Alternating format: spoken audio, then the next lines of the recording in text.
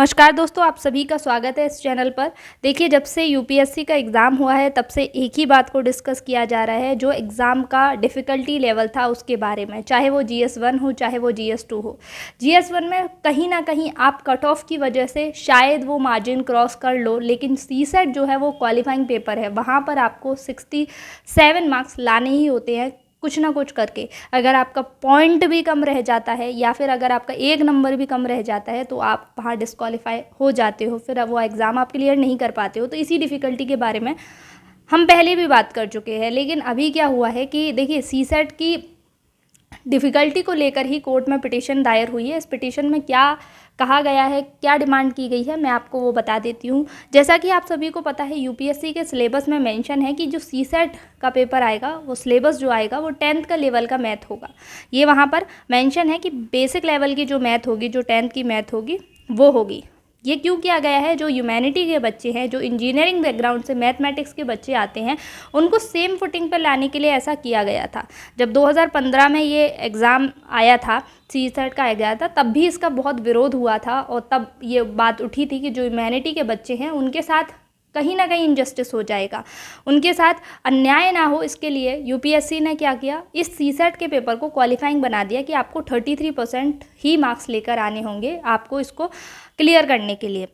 तब से लेकर अब तक हम देख रहे हैं कि कई सालों से जो CSET का डिफ़िकल्टी लेवल है वो बढ़ता जा रहा है, लेकिन इस साल कुछ अलग हो गया। इस साल जो क्वेश्चन है वो आउट ऑफ सिलेबस आ गए।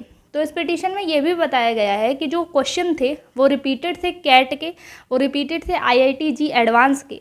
तो आप ये बताइए कि जो बच्चा 10th लेवल की मैथ पढ़कर आया है वो IIT-JEE एडवांस के क्वेश्चंस को कैसे सॉल्व कर सकता है।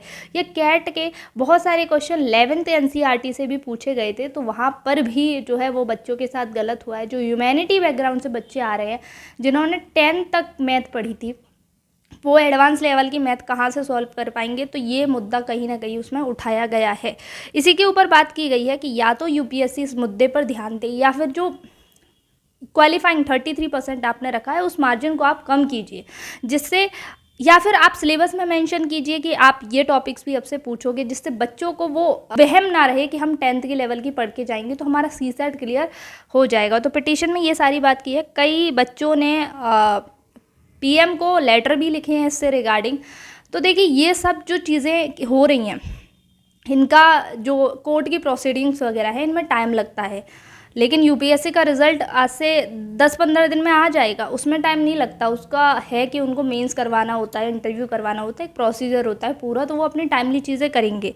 इन सारी चीज़ों में टाइम लगता है। अगर आप इसका इंतज़ार कर रहे हैं कि इसका क्या आएगा, और अगर आपको डाउट है कि एक नंबर से मैं क्लियर नहीं हो रहा हूँ, तो अगर आपको वो भी डाउट है ना, तो आप फिर भी मेंस की तैयारी कीजिए, क्योंकि अगर आपका हो गया तो फिर जो टाइम आप ये इन दिनों में वेस्ट कर दोगे उसके लिए बहुत गिल्ट रहेगा। इसलिए आप तैयारी प्लीज़ कीजिए। अगर आपको थोड़ा सा भी 10-15 मार्क्स का भी ना डाउट है, फिर भी कीजिए तैयारी, क्योंकि आप CSET की वजह से फेल उन बच्चों के लिए ज़्यादा ये दुखी होने वाली बात है जिनका लास्ट अटैम्प्ट था, कि उनकी GS की प्रिपरेशन बहुत अच्छी थी क्योंकि वो इतने सालों से पढ़ रहे हैं, लेकिन वो इस बार फेल हो गए CSET की वजह से। तो उनके लिए वाकई में ये गलत बात है।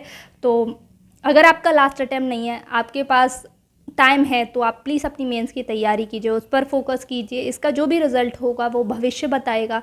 आई होप जो भी हो अच्छा हो, बच्चों के साथ अन्याय ना हो।